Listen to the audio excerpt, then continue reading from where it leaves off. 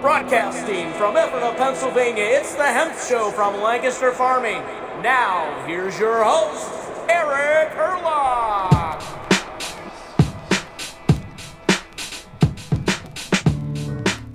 Hey everybody, welcome back to the Hemp Show.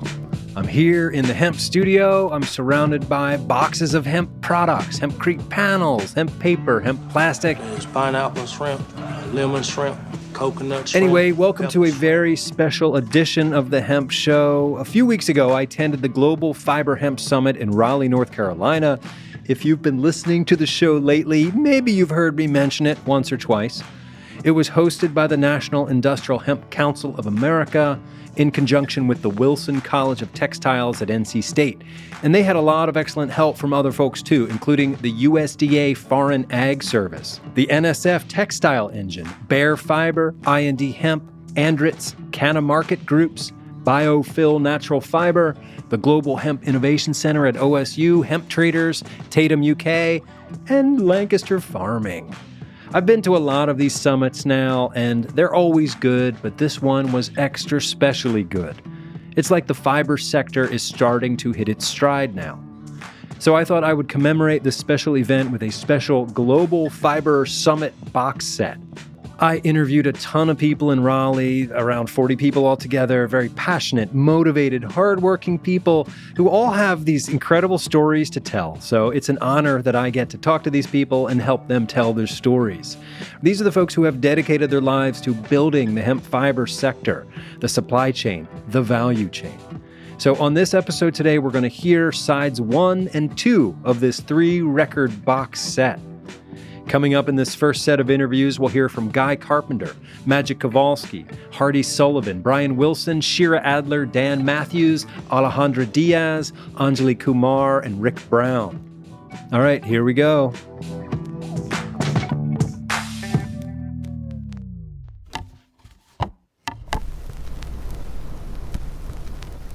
Guy Carpenter, can you first introduce yourself and tell me where the heck we are? I'm Eric's friend. Yeah, absolutely. And the president of Bear Fiber. And we're in Raleigh, North Carolina at the North Carolina State University Wilson College of Textiles. And we're here for the Global Industrial Hemp Fiber Summit, which is being put on by the National Industrial Hemp Council of America and hosted here at the Wilson College of Textiles Extension. Yeah, well, we've been talking about this on the podcast for a couple of months now. It's exciting. And it's finally here. We just finished sort of the first morning session. I wonder if you can kind of, give me your impressions, highlights of what just happened in there. Well, the first presenters were really interesting. I mean, we went over some of the aspects of agriculture, not just seed and seed genetics, but the process of growing hemp in the best way for a maximum yield of fiber and hurd, from experts like Larry Smart from Cornell, people from Panda Biotech, people from Canada Hemp, and we started back with people who were involved with experts in degumming and scouring and cleaning of the fiber for different purposes, be it spinning for fiber, for wovens, or using non-wovens. Yeah, and that's right up your alley, the degumming and the spinning and all that stuff. Yeah, I'm a fiber, yarn, textile, apparel, lint head. So was there something that that really jumped out to you here, something new that you heard, new that you learned? Every single presenter has said something that amazed me, that I didn't know. Everyone's working so hard to advance the industry forward within their lanes. In particular, I enjoyed listening to Satish Hadaj talk about some of the methods he's been working on to not just clean hemp fiber of lignin and pectin, but to transform the lignins and pectins into other substances that aid not only in making the fiber more spinnable, but a more commercial value type of fiber. Yeah. All right. So is there something I should be sort of keep my ears and eyes open for the next couple of days? I think the next range of speakers after lunch is going to be really, really interesting. I mean, we've got Ding from Hemp Fortex in China. We've got Trey doing some more talking on composites. Every single speaker here, and I think we've got 33, is presenting an amazing TED-style 12 to 15 minute talk, and I wouldn't want to miss one. My name is Maciej Kowalski. I come from Poland. I'm a hemp grower, hemp processor, hemp spinner, and a hemp advocate from Poland. And a former hemp journalist. And a former journalist period, which led me to hemp, which led me to business, yeah. Excellent. Well, so you're here in North Carolina, not your first time here. Tell me what you think of this facility. Yeah, we're in this amazing Wilson College of Textiles of the NCSU, which stands for North Carolina State University, as I've learned, which is actually one of the, or if not the best facility when it comes to showing how textiles are being produced. I mean, I've been to several educational institutions, and academia has a way of downgrading experience into books. I'm not one against books, but I mean, if you want to show someone how things are done, let them do that thing. Let them sit at the loom and let them actually spin the yarn. Right in here in the basement, there is a lab. They call it a lab, but actually it's a small scale facility, a production facility, which allows the students. And by students, I don't only mean undergrads. It's also people in the industry that want to actually learn or relearn some new skills. You can actually do every step of the way from the fiber to the final product. That's amazing. How does the facility here in the basement compare to your factory back home in Poland? Well, I don't have the benefactors that the state university has, so I have to pay for everything myself. It's not that the companies are giving away the equipment, which is a very wise practice, because if a student learn how to operate a Ritter spinning mill, then he probably gonna be, one day he's gonna become the procurement guy for the companies. I've met a Italian company last year in Milan called Manteco. It's a weaving mill that dates back like 150 years ago or so. And they've been having plenty of students at their expo. And I asked them, like, why do you sort of waste your time on people that are not going to buy your stuff? And they say, well, we have a 100-year history. We know that in 20 years, these guys will be the one buying stuff. So it's a long-term vision. Yeah. And that's probably the reason why spinning equipment or textile equipment companies are supplying universities such as this one. Although I don't know if I could say such as this one, because that's the only one that I've seen with such a great equipment. Okay. So you'll be giving a presentation this afternoon? Yeah, I'll be speaking briefly for like 12 minutes about 20 years of my life, which is working with hemp from A to Z. And by Z, I don't mean supplying a commodity to another company. It's meaning supplying a real person with real goods. That's the approach that I've always been having, and that's what will be speaking about. It's not about the scale that matters. It's about the value that you're adding. So the message I'm trying to convey here is you don't need to scale up with the acres, just scale up with what you're doing when it comes to value adding, because neither me nor you need hemp fiber. We don't need hemp fiber. Regular people don't use hemp fiber in their daily lives. We use hemp socks. So make 1 acre and make socks out of them, and you're gonna make more money and you're gonna make more impact on society than growing thousands of acres and just producing raw decorticated fiber that just piles up in many places with hardly any processing happening. Fortunately, it's changing, obviously, but processing is the key, and the closer you are to the consumer, the better, both for you and for the industry. Good advice. All right, so this is not your first time to America, because I've seen you here several times before. Last year you were in the Northeast. I think you've been out west a bit. Is this your first time in the American Southeast? Yeah, I'm trying not to repeat the mistakes of American tourists saying I've been to Europe, meaning I've been to Paris and London. I've been to America, but as you said, there have been various places. Right now, touring the tri-state area of North Carolina, South Carolina, Georgia, which is like part of the original cotton belt. And while cotton is not necessarily same as hemp fiber, we are using cottonized hemp fiber, which means we basically bring it to the state that allows us to use cotton equipment. So soaking up the cotton culture, the lint head experiences, seeing cotton fields, talking to cotton guys, is actually a way for me to learn how to operate with hemp fiber. Excellent. All right. So in your travels through America, I'm sure you've made observations about America, about Americans. Are there a few nuggets of wisdom that you could share with me or our audience, maybe about something about Americans that Americans should know about themselves, but we don't know, that it might take an outside perspective to see. So what have you learned about us? How honest shall I be? We're making an Alexis Tocqueville out of me, Honest. We can beep out any profanities. Or just use Polish if you're swearing. All right, so basically what I like is the yes, we can approach, which is something that the Europeans can learn from Americans, because on plenty of occasions I've been hearing back home or wherever in Europe, are you sure it's going to work? Well, no, I'm not. But that should not be an obstacle. And that's what I'm seeing as a good part of the US entrepreneurs, that they don't claim to know the answers. They just, let's see what's going to happen. On the negative side, the fetish of scale. Like, everyone is asking how many acres you've got, how many acres you're aiming for. If you're losing money on your first acre, then what's the point of making the 1,000th acre?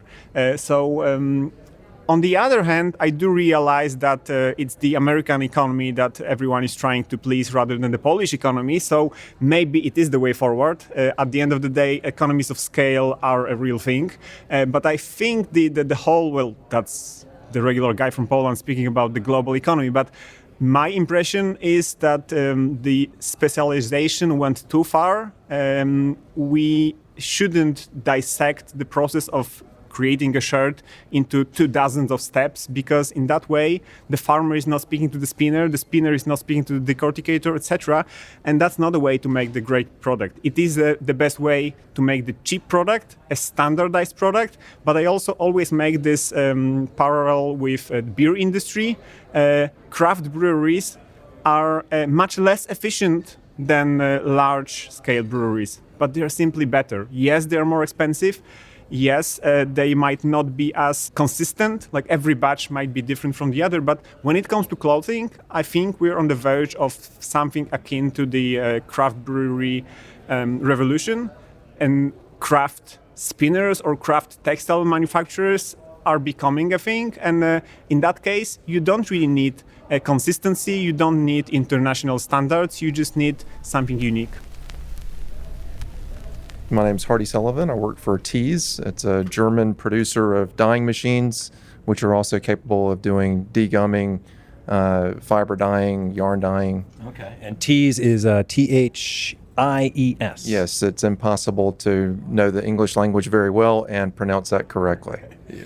All right, so what is your role in the company, and then what brings you here to the summit? I'm the managing director for THIES. It's for THIES US. So THIES US is a subsidiary wholly owned by a privately owned fifth generation company, still managed by the family, 3 siblings. Verena THIES is the CEO, and she has 2 siblings. They go into work every day, and it's great working for a privately owned and managed company. But my role is to be the ambassador for our German-made machinery selling into the U.S., Canada, and Honduras. And how's that going for you? Are your machines out there now? Yes, so we have a lot of machines in Honduras, as the textile industry, in terms of also especially the t-shirt or underwear world, with the cut and sew following into Central America. So a lot of fabrication, dyeing and finishing moved into Central America. So we have a strong presence there.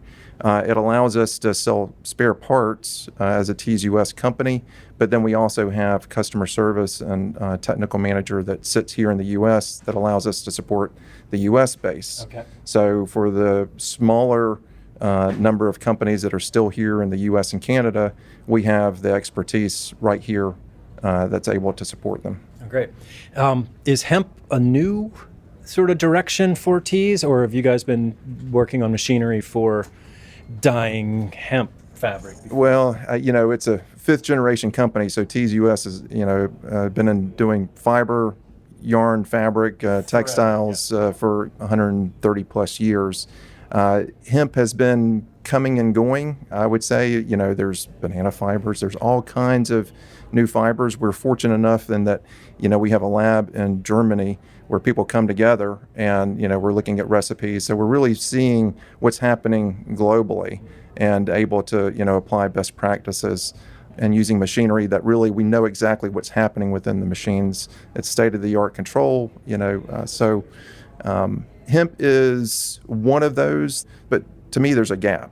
And I do feel like the wet processing is a gap in the U.S. We have some companies that have gone in big in terms of doing the decortication, but we don't have a strong lab capability when it comes to doing the wet processing. So for me, we have a ways to go. All right. So that would be your advice to the U.S. industry is like get some wet processing going. I think we need to be able to replicate what we do in Germany in terms of our lab. We should be able to do that at NC State and at Textile Technology Center. So that's kind of what I'm here to help try to make some connections and see if we can't get more sophisticated in the fantastic labs that we have, but let's make them even better. All right. And we'll put a link to THIES' website on the show page for this. Awesome. So people can click that and go buy your machines. That'd be perfect. All right. I'm here with Bryan Wilson from Eli from down in Texas. Can you tell me what Eli is? Environmental Living Industry is another company that's coming online that's doing industrial hemp fiber processing, looking to just specialize in that. Okay. And what are you getting out of this conference here today? Well, to be seen. I just showed up, but so far I've actually been really pleased with what I saw. It's very professional. This is definitely more the venue that I'm looking for. We're getting to more in the commercial aspects of it and the science of it, the real, handshakes into how we get these products into, upgoing in scale into the hands of people that are going to be consuming it. So, can you talk about sort of where in the supply chain Environmental Living Industries sits? Right there at the very beginning. So we do seed supplies to our farmers. We do contract agreements with them. We hand the seed over to them. They grow it, they harvest it, red it, send it to us. We process it in our facility, all mechanical, no chemical facility. And it comes out into just the base industrial materials, fibers, long fibers, short fibers, hurd. We really don't have a whole lot of taste for getting into the vertical integration into, scutching and weaving and all the other things that can happen with it. So if nobody picks up the opportunities and runs with it, well, we will. But I know there's a lot of people out there that are chasing all kinds of opportunities in this. We'd love to hand the ball over to them, let them run with it. All right. Now, where in Texas are you? We are headquartered in Austin, where my CEO is, and the rest of my team, or well, at least another portion of my team, is in Dumas, Texas, and that's where we're working with the Dumas, Texas Economic Development Corporation out there for Project Eli for getting this facility going up there, and it's been 5 years brewing, but man, we're getting it. We are going to get it. Yeah, good. It's a long time coming. Cool. All right. Well, Bryan Wilson, it's nice to talk to you. Thanks. Nice to talk to you too, man. Thank you. Hi there, my name is Dan Matthews and I am project manager from Tatham in the UK, and we manufacture decortication and carding machines. Excellent. You're from Yorkshire? Correct, sir. Yeah, Yorkshire. We're based in Bradford, which has a huge textile tradition dating all the way back to, literally when time began. So excellent. My great-grandfather was in the textile industry in Lancashire and then came over to the U.S. in the early 1900s. Oh, very nice, very nice. Yeah, Lancashire's just over the hills from us, yeah. Yeah. How's the conference going here for you? Oh, it's fantastic, actually. You know what? It's great to see some familiar faces. I travel to the US a couple of times a year to conferences and exhibitions. Really lovely atmosphere here, and it's been a really nice event so far. Yeah, good. I saw you last time, you and your sister in Prague last summer. Yes, you did. Yeah, for IHA. Yeah, and we've actually just come from Berlin IHA, which was really good again. So right. Big shout out to Morris Beegle and all those guys. Yeah, it was a good event. Good. Now tell me a little bit about hemp farming back home in the UK. Just sort of give me the lay of the land. Sure thing. So we have a very successful hemp industry in the UK. It's quite small in terms of acreage. Farms are sort of growing 200 to 300 acres, but they're decorticating all that product. So, and those were mostly going into non-wovens, industrial products like airlay. So companies like East Yorkshire Hemp, Harrison Spinks, and Burgess Farm. They have our machinery and also Fibra as well down south. And they're producing for mostly industrial non-woven products, airlay, and then the hurd bioproducts such as hempcrete and animal bedding. So we're very successful in the UK. I think we've got a small market, but we're growing and using everything. Okay. Tell me a bit more about sort of the processing lines that you make there at Tatham.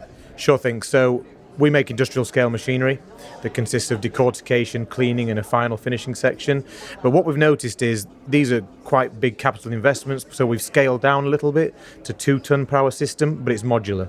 So the decortication line doesn't change actually, but the cleaning line, we are now developed a smaller cleaning line, and if you'd like a cleaner product, you can buy 2 cleaning systems. So we're industrial, we're gentle at opening action, we make everything in Bradford in the UK, and we're very experienced, and we're looking forward to where the industry's going. Hi, I'm Shira Adler. I am the founder, president, CEO of EcoSynergy LLC, which is a newly established, now rebirth Phoenix rising moment here in North Carolina. Moved from New York. I'm also the founder of Synergy by Shira Adler, which is a vibrational wellness company, but I'm best known for the book, The ABCs of CBD, The Essential Guide, which sold about 15,000 copies so far to date. So yay! Cool. And so happy to be back at a hemp conference. Seriously, it's been too long. Well, so ABCs of CBD, that sounds amazing. Thank you. This is a fiber conference, so what's up with that? What's your interest in, the other side of the plant?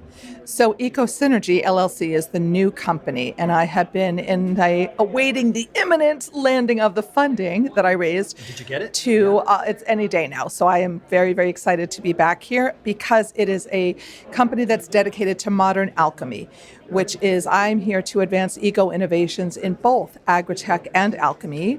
I am looking to establish a CRO, contract research organization, which provides for enzymatic processes to support and created bifurcated manufacturing and processing facilities. So the enzymes, the building blocks of life, the biological reagents that both feed my metaphysical medicine muse products is actually the same components that serve agritech. So my buddies who are here, and I'm here with hemp traders and my legacy fiber group, all my dear friends who grow and manufacture and process, I want to provide a solution through the CRO with different divisions to make these enzymatic processes and build a pilot bioplant so that we can build an ecosystem in the most intelligent, articulate, compassionate, and integrated fashion for both sides, whether it's plant-based therapeutics or the agritech, the hemp fiber, the textiles, the regenerative farming. It's really one big, beautiful ecosystem, and we have to be more intelligent about how to best support each other. That's what I'm doing here. Cool. Awesome. Tell me more about this alchemy thing, because I think I have one idea of what alchemy is, and maybe there's another definition. So modern alchemy is my mission and passion, and it is the merging of ancient plant wisdom with breakthrough science. Because to me, taking it in the metaphysical realm, but it's a yes and conversation. Everything is available on the full spectrum, so why not put together the components that speak from science through actually alchemizing? So yes, my products are the alchemy of plant, botanicals, Ayurvedics, etc. But so too would it be the same if you're making a hemp textile. It's the alchemization of everything that's available from seed all the way through consumer end products. I'm Anjli Kumar, and I have a sustainable textile company. We focus on hemp textiles, and it's called Inner Bark Heritage. And I met you last year at the Montana Hemp Summit, and you told me about the company, and here we are 9 months later. You're at NC State, and this is sort of more your neck of the woods. So how are things going with Inner Bark? Things are okay. Yeah, it's definitely been challenging learning how to get to the consumer. So that's both direct to consumer and through like boutique stores and retail stores. So really focusing on marketing right now. That's the big thing. Okay. You have a background in chemistry. So tell me sort of like the connection between chemistry and then hemp apparel. Yeah. So I'm kind of coming in from like the material science perspective. So I have a background in chemistry and material science, and hemp is a sustainable material, as we know. So my interest is more in the processing of it. But when I started my company a year ago, and I was thinking about like all the challenges in the industry, the supply chain, a big one is consumer demand, right? There has to be a demand in order for the supply chain to be solid. So that's why I started there. And it is a little weird to have a background in chemistry and be designing apparel. But the hope is that once we have like a base line of apparel, that then because all the designs are very intentionally like not trendy and classic, right? So we won't be continuously coming out with new clothing. Maybe we'll provide the same style in a different color, in a following year if you want to like update your wardrobe. So the idea is to kind of get this running and then to shift back towards the processing, which is where I'm more interested. Okay. Yeah. And what are you hoping to sort of learn or glean from this summit here? Yeah, I think it's really, well, I guess, I just think it's important for everyone to have a better, bigger picture view of the industry, right? And that's what, you can't get that when you're just working on your one part. And that's why we, I approached the conference people about doing this raffle with the prizes being like current consumer products that have hemp fiber in them, like products already on the market that have hemp fiber in them. And the idea was to showcase to people because, processors in the industry, they need to know, they need to see their product, even so they see their product, right? But they need to see products that their materials get into and can get into. There's so many options. And so part of what I'm excited about being here is that it's being able to help show people what options are already out there. Alejandro Diaz, it's great to see you again. How are you? Great to see you as well, Eric. So what brings you here to the Hemp Summit? We are here because hemp fiber is making its way towards textiles, and all this excitement and traction and newfound information is of interest to us. Yeah, it's exciting. And you're here representing Hemp Fortex? Yes, that's right. I'm here on behalf of Hemp Fortex. Okay. Tell me what's happening in your hemp life since last we spoke. Oh my, a lot of innovation. So many new projects going on with in the lyocell space. We have this new fiber that we're calling macel, ma being hemp in Chinese. And yeah, we are making all these new fabrics with macel, a lyocell made with hemp as the source. It's 70% hemp and 30% made with wood. And it's, of course, sourced responsibly. Yeah. Mm-hmm. And then describe that material. How is it different from other materials? Yes. So when we speak about hemp fabric and blended with hemp organic cotton, you have the raw fiber. And in the case for macel, it's a different grade of fiber. For textiles in the raw form, it has to be a specific grade. And now this allows for other graded fiber that's not textile grade to make its way into textiles. Oh, that's great. That's exciting. Congratulations. Yeah. Thanks. All right. And you work with Ding, is that correct? Yes, that's correct. All right. And he'll be speaking today. Will you be speaking as well? Ding will be speaking today. Okay. Yes. And all right. Yeah, looking forward to sharing a lot about our new degumming facilities coming online in China as well. Okay. Some exciting stuff happening in the degumming space and a large facility that will be available late this year. Yeah, can you talk a little bit maybe about your perspective on the cooperation that we see between, the folks in China and then here in the U.S.? Yeah, it's an exchange of information, of wisdom. Ding says that we've been doing this for years. If you want to learn, you're welcome to come and visit us. And it's different ways that we can support each other, whether it's via research, how we saw that wonderful research presented by an NC State student on degumming. So we're happy to support that as well. The invitation is there to have them, NC State, come abroad and see for themselves. But my millennial brain is how do we get this to the masses? My Gen X brain is doing the same thing, right? Because the people need to demand this, but they don't know about it. They think it's weed. Yes. Yeah. And source.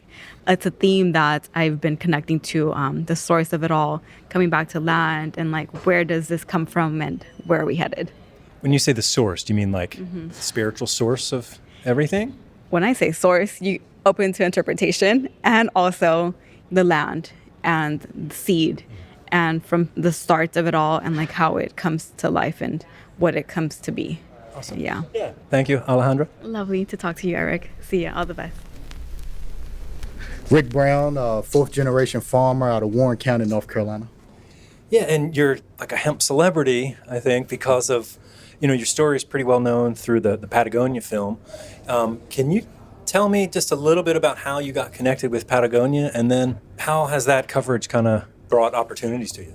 Yeah, so Patagonia reached out to us based on the purchase of the ancestral property, which my ancestors were enslaved, and they wanted to find a way to tell our story because we also grow industrial hemp, and their workwear line they promote. And basically, they wanted to give back to a minority producer like myself, who's focused on regenerative agriculture, utilizing hemp fiber and hurd to sequester carbon to provide a better impact environmentally. How did the opportunity come up for you to buy that ancestral farm? Because that is amazing. Yeah, so the North Carolina Historic Preservation Authority saw how our history was documented, and they wanted to speak to me about the value of my family's history could be impacted by actually ownership in the property. And they offered us an opportunity to purchase it, and it was an opportunity I couldn't turn down. Yeah, what was that like for you? Reclaiming the land for the history that had been taught to me since I was born, and how significant it was for my father to know where he came from. And growing up, we always visited the property, but never had a opportunity to have any valued ownership in it other than the history that came along with it, from storytelling of passed on stories of how my great-grandfather was born there and worked there, and enslavement up until the Civil War. Well, your father passed a few years ago. Did this happen before or after he passed? It happened before he passed away. I purchased the property in 2021. He passed away in 2023. I'm sorry for your loss. What was that like for him? Well, during that time, my dad was dealing with dementia, so he kind of was unaware of the significance of the purchase. But looking back at it, and I know that he's watching down over it now to see how well we're rehabilitating the property, how well we are adding to our farm, as far as building capacity on the farm and expanding the operation and continuing the farm, because that's one thing that my dad probably never thought that I would be a full-time farmer. Yeah. Fast track to the day 2025, that's pretty much all I'm doing these days, and advocating for farmers like myself, public speaking, and giving back to the community. Yeah. So what was first for you, hemp or regenerative ag? So hemp brought along regenerative ag, utilizing a plant that focuses on carbon sequestration and remediating soil is the first crop that I have grown that does that regeneratively. Okay. Tell me a bit about your farming operation, size of the farm, different crops, what all you doing there? So we farm 3 counties, Vance, Warren, and Franklin. Primarily we grow grain, soybean, field corn, wheat, and then we added our specialty crops, which are industrial hemp and produce. When I first started back farming full time, I was at around 168 acres. I'm now about 550 acres now. Nice. Do you have to hire seasonal help?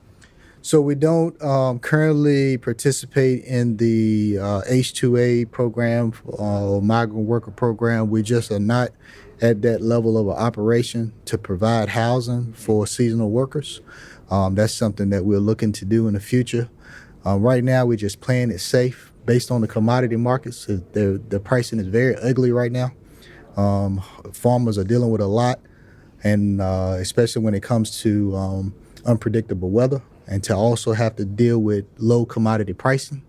It's hard to grow the operation and incorporate labor like H-2A programs. So we're pretty much just farming by the lower level of our bootstraps to be able to continue to look for a profit, because right now it's hard. Yeah. You guys been getting a little bit of rain down here? We've been getting an average of 4 inches per month since March.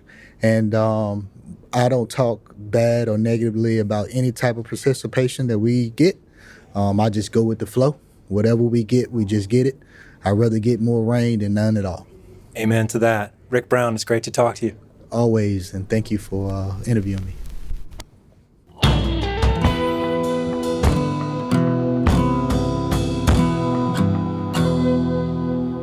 Okay, that was side 1 of the Global Fiber Summit box set.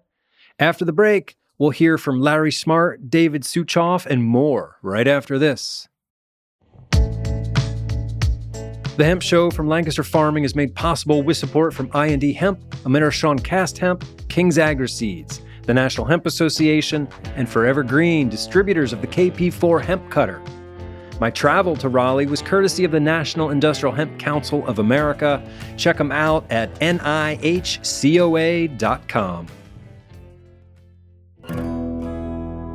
All right, welcome back. So we're just going to flip the record here, and we'll listen to my conversations with Larry Smart, David Suchoff, Monique Anderson, Morris Beegle, and Keith Dunn.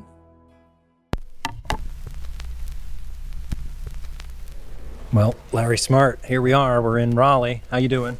I'm doing great, Eric. It's always good to see you. Yeah, likewise. So I saw you give your presentation this morning, and I have a couple of questions. First, can you define the word idiotype for me? Oh, yeah, this was my first TED Talk style talk. So I'm supposed to be inspirational and not heavy on data, but heavy on takeaway points. So the term that I focus my talk on is idiotype, which is, as plant breeders, it is our breeding goal. It is our vision of a perfect cultivar. So it helps us to organize our thinking about what traits we want to combine into our final cultivar that we're going to make distinct, uniform, and stable. Okay. That's quite a concept. It's almost like an abstract concept, right? It can be very abstract. And I don't know if you remember Jay Noller, who was a professor at Oregon State. He started the Global Hemp Innovation Center there. He was also an artist. And at the end of his career, before he retired, he drew these very abstract hemp plants, which were his sort of vision of an idiotype of hemp. Things that I think we never could breed, but you need to be creative. Plant breeders are inventors, and you need to have a plan for what your ultimate invention is going to be. Cool. When I hear people talk about having a plan, I think of how do you make God laugh? Have a plan? I don't know. The older I get, the more sense that makes. And sometimes, yeah, your vision for what a perfect cultivar should be, if you're not including feedback from farmers and from processors, it could be completely wacky, completely wrong. Yeah, well, explain why that information is so important from processors and growers. Yeah, so we want everyone in the supply chain to be profitable. And that starts with the seed company. It's then to the growers, then to the intermediaries, whether they're a trucking company or an aggregating company, the processors, and then finally we want consumers to be happy. So as a plant breeder, you have all these different steps. You can't just think about consumers, you have to think about the grower as well. You can't just think about growers because someone has to buy their crop, and ultimately that gets to consumers. Right. So really, again, the most effective plant breeders are the ones who can touch on and incorporate into their idiotype successful traits all along the supply chain. Okay, it seems like you have to sort of think prismatically, like many different angles, like a die with many sides on it. Exactly. And the other point I tried to bring up today is that we're not just thinking about one end product, but potentially multiple, maybe even dozens of end products from plants that we breed. So we certainly can envision predominantly fiber-producing crops or predominantly grain-producing crops or cannabinoid-producing crops. But what about the active fiber food ingredient crop? That's another co-product that we might get. What about the sustainable aviation fuels crop? So again, many idiotypes. Many idiotypes, yeah. Exactly. I am Monique Anderson, and I am a industrial hemp farmer out of Orangeburg, South Carolina. All right, well, tell me about your farming operation. Okay, my farming operation, it sits on 54 acres in a small town called Roseville, which is outside of Orangeburg County. And I got into industrial hemp farming back in 2020. My research was on CBD, which was hemp and everything. And I found myself not, running into brick walls, wasn't going anywhere. So after I met a farmer, industrial farmer in Charlotte, North Carolina. His name is Derek Muhammad. I got into industrial hemp. So since then, I have been growing industrial hemp in Orangeburg County. All right. So how much hemp are you growing? What genetics are you using? And then are you selling it? The kind of hemp I'm growing is industrial hemp. And we sit on, like I said, it's a total of 154 acres. Okay. But I just grow 50, I just use 50 acres of it. And with my first year experiencing it, doing a sample of it, I started out 25 acres. Everybody was like, I think that's a little too much. I was like, no, let's go big. So the second year, I started with 50 acres. And well, let's go back to the first 25. How was it like cutting it? Like, what'd you do with it? The first 25 acres, we did that with Nike. It was just a sample. They wanted to do Nike, like the sneaker the Nike. They have a hemp line. Okay. Yes. So we did that. We planted those 25 acres. And was very scared and everything. Wasn't worried, was kind of worried about how it was going to turn out and whatnot. It didn't do very well, but it did well enough because that year, we got so much rain. It rained every day, but it was enough to harvest so that they can do what they needed to do. So it was just more on a research line. Okay. And from then on, I just been planting ever since. Okay, cool. All right. And then are you working with a processor? I mean, you said Nike. That was my first year with my 25 acres. Yeah. Yes. But I have not since then. But when I met Derek Muhammad, we've been working. So Patagonia, from then on, Patagonia has been our market. Oh, okay. Yes. All right, cool.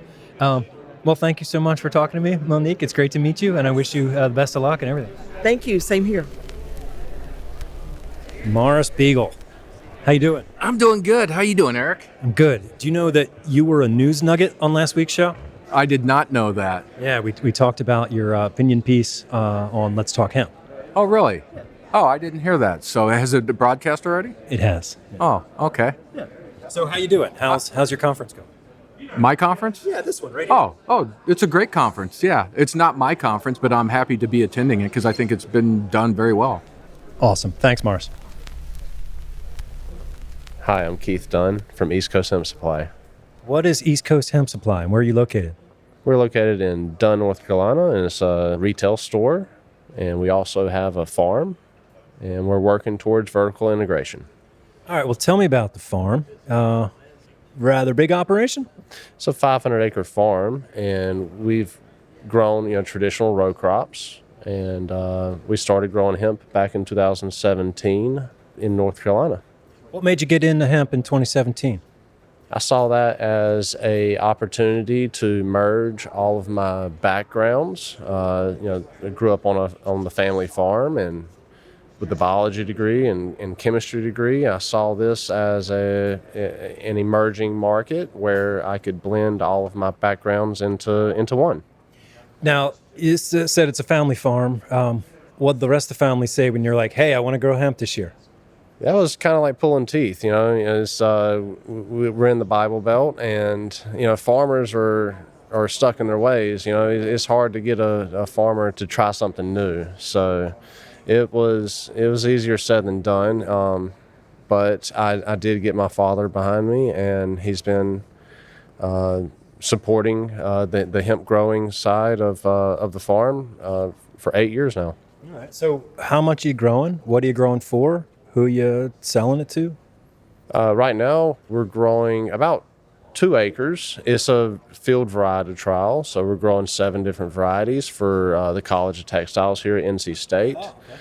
So we're testing the 7 different varieties and the fiber quality that's harvested from those. All right. Talk to me about what are you using to plant with? What are you using to harvest? Drilling it, or are you chopping it? We use a grain drill at the 7.5-inch spacing. And to harvest, we've tried a little bit of everything. We've tried the Walker combine, we've tried a sickle bar mower, and we are working on getting a new harvester here in America from Belgium. So we're importing the Heiler hemp harvester. which will be the only self-propelled hemp harvester here in America that is specifically tailored for textile production, for long fiber for the end use. Okay. Can you tell me a little bit about that machine? Because that sounds fascinating. Yeah, Adler is a relatively new company. A few years ago, I believe it was about 2.5 or 3 years ago, I spent a week in Belgium and learned the ins and outs of this harvester. And it's pretty much a Frankenstein of a machine. It takes the traditional flax harvester, and then they added a Klaus Jaguar cockpit to it and retrofitted it for hemp fiber harvesting. It lays the fiber stalks down, perfectly oriented. There's no crisscrossing each other, which is, I believe, is very crucial because it takes into consideration of the processor, which is the next step in line. I think that's going to make life a lot easier for the processor when it comes to unwinding the bell, and because it unwinds perfectly oriented as well to feed the machine. Whether it be a scutching line or a decortication line. But I'm a big fan of scutching and the long staple fiber. So Adler hemp harvester and a scutching line they go hand in hand with each other because they both cater to protecting the structural integrity of the long fiber. Okay. Did you hear Steve Groff talking today? I did. You didn't? I did. You did? Okay. What do you think about, he was talking about like the 4-inch row spacing. What do you think of that? That is interesting because he did mention that the 4 inches here in America almost doesn't exist. Yeah, that's very interesting. That may be the key to getting the planting density and the planting population where it needs to be for fiber purposes. Yeah. All right. Well, Keith Dunn, it's great to talk to you. Thank you so much. Yeah. Thank you. Dr. David Suchoff. Congratulations. This is an excellent event that we are just sort of ensconced in, right? Yes. Thank you so much. Yeah, we're still in middle of day one, but so far so good. We've heard from experts from breeding, from Larry Smart, all the way to ag production and processing, and we're about to start hearing from folks specific to textiles. So far so good. We've got 2 more days of, I think, excellent activities and talks planned for the rest of this. Cool. Is there anything that came up today that absolutely surprised you, floored you, made you angry, or just made you learn something? Expanded your universe a little bit? Nothing angered me. I think just in general, one of the things that you kind of get from a lot of the talks that you're hearing, but also importantly from a lot of the interactions that I'm getting with people, is you feel like we're right at the cusp of something. Like you feel like something's just about to take off. Now, that could just be a feeling. We don't know. But in my conversations with other folks, they seem to be sharing that same feeling, which is really exciting. Yeah, there was somebody, I forget which presenter, but he talked about the J curve, that he feels like we're just on it's just about to take off. Exactly, yeah, like we're about to kind of accelerate into something. And we're hearing it from all the different sectors, right? We're hearing it from the farmers, we're hearing it from the breeders, we're hearing it from the processors. Everybody seems to be sharing the same feeling. Now, hopefully this isn't just the echo chamber, right? But it does feel different from other hemp meetings in that sense. And I think also it helps that this is very much a specific and very laser-focused event on fiber, right? And, we always talk about all the different uses for hemp, and there certainly are plenty of different uses, and there are many different areas. There's a lot of interest now with hemp grain for feed and whatnot, but I think that when you bring everybody together to focus really, as I said, kind of a laser focus on fiber, you really get that sense of, we're right there. It's just about to take off. And this is the perfect place for that, right? Yes. I've been hearing, talking to Maciej Kowalski.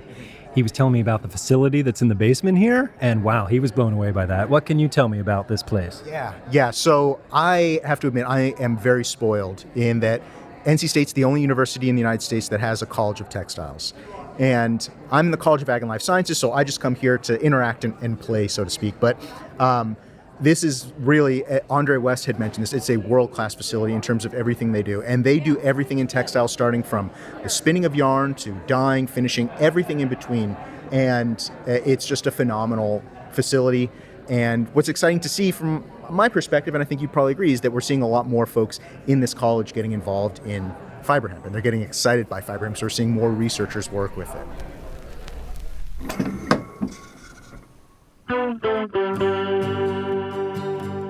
All right, there you go. That was side 2 of the Global Fiber Summit box set.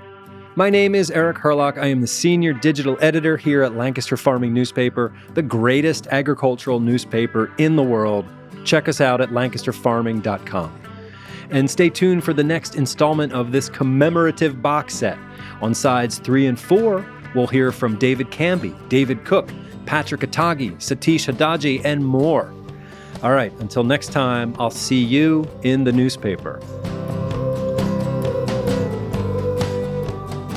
This episode of the Lancaster Farming Industrial Hemp Podcast is copyright 2025 by Lancaster Farming Newspaper, part of the Steinman Communications family. Today's show was written and recorded by Eric Herlock and engineered, mixed, and produced and all that by Justin Berger.